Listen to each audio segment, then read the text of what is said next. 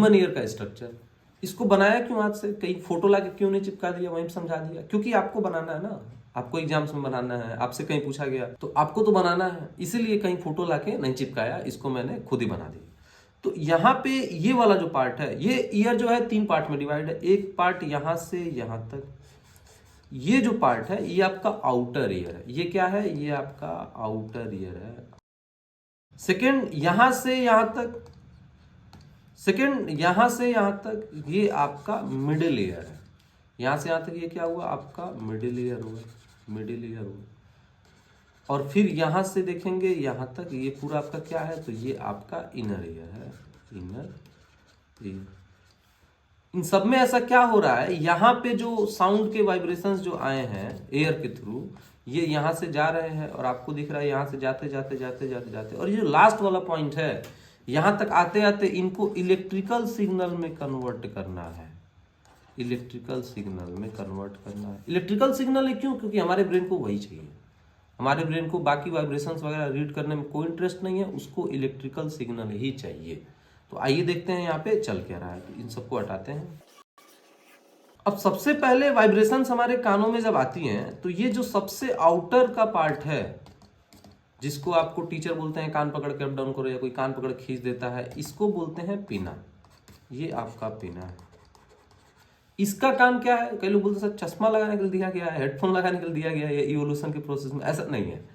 ये जो है इसको इसलिए दिया गया है ताकि ये सारे एयर मॉलिक्यूल्स को, वाइब्रेशंस को कलेक्ट करके एक डायरेक्शन में भेजे। ये जितने वाइब्रेशंस आ रहे हैं इन सबको कलेक्ट करके इस डायरेक्शन में अंदर भेज दे। ये इसका काम है पिना का। हेडफोन लगाने के, चश्मा लगाने के लिए इवोल्यूशन में नहीं मिला है। Okay, clear. तो इसको हटाते हैं और फिर देखते हैं अंदर क्या चल रहा है। अब यहाँ पे जो वाइब्रेशन आया, अच्छा कलर्स जो मैंने लिए हैं ये इनका कलर नहीं है, एक्चुअली डिस्टिंग्विश करने के लिए मैंने लिया है कि अलग अलग चीजें आपको अलग अलग कलर में अच्छे से दिखाई दें, इसलिए मैंने लिया है। अब यहाँ पे जो वाइब्रेशंस आया तो ये है आपका ईयर ड्रम, ईयर ड्रम, जिसको कान का पर्दा बोलते हैं आप लोग आम लैंग्वेज में, आम भाषा में। ये ईयर ड्रम कितना सेंसिटिव होता है, तो डॉक्टर्स का ये कहना है कि अपनी एल्बो, ये एल्बो आपको दिख रही है, एल्बो से नुकीली चीज कुछ भी कान में नहीं डालना चाहिए। आप बोलेंगे सर एल्बो तो यहां तक भी नहीं आएगा, इसका मतलब क्या, इसका मतलब कुछ नहीं डालना चाहिए भाई कान में, क्योंकि ये एक ही बार मिलेगा।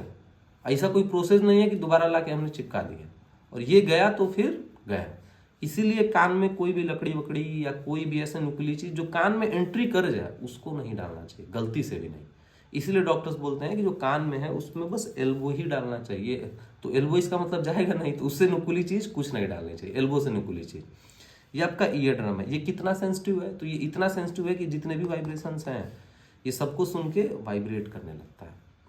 ये जब वाइब्रेट करता है, ये जो ईयर ड्रम जो वाइब्रेट करता है, तो इसके वाइब्रेशन के कारण अब यहाँ पे 3 हड्डियां हैं, यही वो कान की सबसे छोटी हड्डियां हैं। मतलब पूरे जो हमारा बॉडी है सबसे छोटी हड्डियां कहाँ पे है, यहीं पे ईयर्स में है। तो ये है आपका हैमर, हैमर, और ये सेकेंड वाली हड्डी है आपका एनविल, एनविल, और जो थर्ड वाली हड्डी है इसको क्या बोलेंगे, तो इसको बोलेंगे, थर्ड वाली को स्टिरप है। ये आपका स्टिरप है।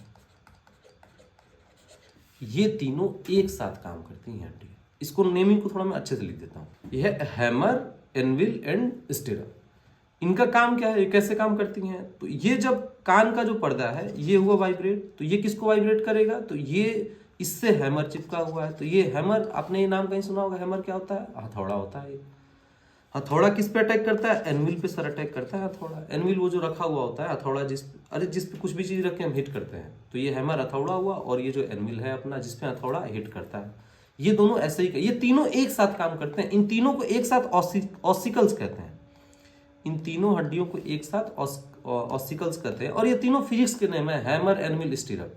वैसे इनका बड़ा फैंसी नेम है, इनको मैलियस, इनकस एंड स्टेपीज भी कहते हैं, लेकिन ये बायो में यूज होते हैं ये नेम्स। हमारे लिए हैमर, स्टिरप एंड एनविल है ये हैमर, एनविल एंड स्टिरप। अगर लाइन देखा जाए हैमर, एनविल एंड स्टिरप, ये तीनों एक दूसरे से लिंक है। ये फर्स्ट वाला है, ये सेकंड वाला है, और ये थर्ड वाला यहाँ पे है, मान लीजिए। ये ऐसे तीनों एक साथ काम करते हैं। ये तीनों क्या करेंगे, तो ये जो ईयर ड्रम को जो वाइब्रेशंस मिली हैं उनको एम्पलीफाई करेंगे। अच्छा, इन तीनों को एक साथ क्या कहते हैं? तो इन तीनों को एक साथ ऑसिकल्स कहते हैं। ये तीनों जो है इनको एक साथ क्या बोलेंगे? तो इनको एक साथ ऑक्सिकल्स बोलते हैं। इन तीनों को एक साथ क्या बोलते हैं? तो इन तीनों को एक साथ ऑसिकल्स बोलेंगे। ये तीनों एक साथ ही काम करती हैं। अब ये जो पहला वाला है, ये पहला वाला जो है, ये हैमर जो है, ये एनविल को पकड़ा रहता है, ये इसको मूव कराता है, और एनविल क्या करता है? ये स्टीरअप को मूव कराएगा। स्टीरअप क्या होता है? इसका मतलब क्या हुआ? वो जो लोग घुड़सवारी जो करते हैं तो स्टीरअप पे ही पैर रखते हैं। वो जो पैर रखने वाला जो जगह होता है वो स्टीरअप ही होता है, उसी शेप का होता है, इसीलिए इसको स्टीरअप कहा जाता है। तो यहाँ पे ये तीनों क्या करेंगे? तो वाइब्रेशंस को एम्पलीफाई करते हैं। एम्पलीफाई कितने टाइम्स कर देंगे? ये 20 गुना ज्यादा एम्पलीफाई कर देगा। मतलब जो एयर हमें यहाँ मिली है और जो यहाँ तक पहुंचानी है, इसको 20 गुना 20 टाइम ज्यादा तक एम्पलीफाई कर देगा। तो आप पूछेंगे सर ये इतना ज्यादा एम्पलीफाई करने की क्या जरूरत है? तो इतना ज्यादा एम्पलीफाई करने की ये जरूरत है कि ये जो कोक्लिया है, ये क्या है? ये कोक्लिया है। ये क्या है? ये कोक्लिया है। ये है आपका कोक्लिया। इसमें लिक्विड भरा होता है, लिक्विड होता है ये होता है इसमें लिक्विड। इन लिक्विड्स को हमको क्या करना है? तो सर इन लिक्विड्स को ये एम्पलीफाई करके इन लिक्विड्स को मूव कराना है। लिक्विड्स को क्यों? वहां पे एयर क्यों नहीं है? क्योंकि लिक्विड्स ज्यादा स्टेबल होते हैं। स्टेबल मतलब कहीं होल वोल हुआ तो एयर निकल सकता है, एयर प्रेशर वगैरह की वजह से लिक्विड थोड़ा मेंटेन रहता है। तो ये लिक्विड है, उनको मूव कराना है। और अगर आप कहीं पानी वानी में एंट्री क्यों, तो आपको पता है कि हवा में हाथ हिलाना आसान है, पानी में हाथ हिलाना आसान नहीं है, इसीलिए इनको इतना एम्पलीफाई करना होता है। और कोक्लिया क्या करता है? तो ये इसका इलेक्ट्रिकल सिग्नल बना के ब्रेन को भेज दे। ये कोक्लिया काम है। ये सर ऊपर क्या 2 डंडी लटका रखी है? ये हमारे सिलेबस में नहीं है, लेकिन ये जो है बैलेंस करने में काम आता है। बैलेंसिंग इसकी बहुत अच्छी होती है। मतलब यही बैलेंस करने में हेल्प करता है। ये बताता है कि आप बैलेंस में हो कि नहीं हो, आप सीधे खड़े हो कि टेढ़े हो कि आप उल्टे हो। ये यही जो ये दोनों हैं यही बताते हैं ये कि आप स्टेबल हो या नहीं हो। ये बैलेंसिंग काम आती है। खैर वो हमारे सिलेबस का पार्ट ही नहीं है, उसको छोड़ते हैं। ये अब ये देखिए क्या हुआ। तो यहाँ पे हमको इलेक्ट्रिकल सिग्नल मिल गया और ये ब्रेन जो है ये जाके ऑडिटरी नर्व वगैरह ब्रेन वगैरह में ये इलेक्ट्रिकल सिग्नल प्रोवाइड करता है। ये हमारा फंक्शन हुआ। ये इतना एक्यूरेसी के साथ काम करता है कि हमें यहाँ पे एक क्लियर पता होता है कि ये जो मूवमेंट्स हैं, फ्रीक्वेंसी कैसी है, हाई है, लो है, एम्पलीट्यूड कैसा है, हाई है, लो है, ये सभी चीजें हमें यहीं से पता चलती हैं।